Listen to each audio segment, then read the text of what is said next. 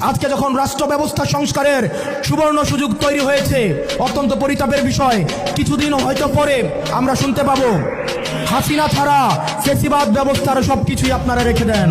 শুধু এই কথাটা হয়তো লজ্জায় তারা বলতে পারছে না।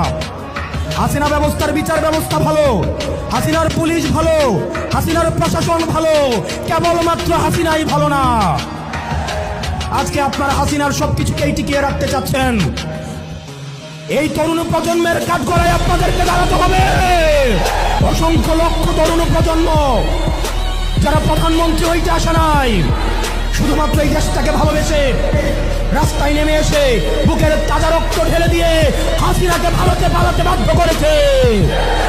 যারা হাসিনার ব্যবস্থা টিকিয়ে রাখতে চাইবে, আমার ভাই আবরার ফাহাদের মতো, আমার ভাই হাদির মতো, আমার ভাই আরিফের মতো আমরা যুগে যুগে রাস্তায় নেমে আসবো ইনশাআল্লাহ।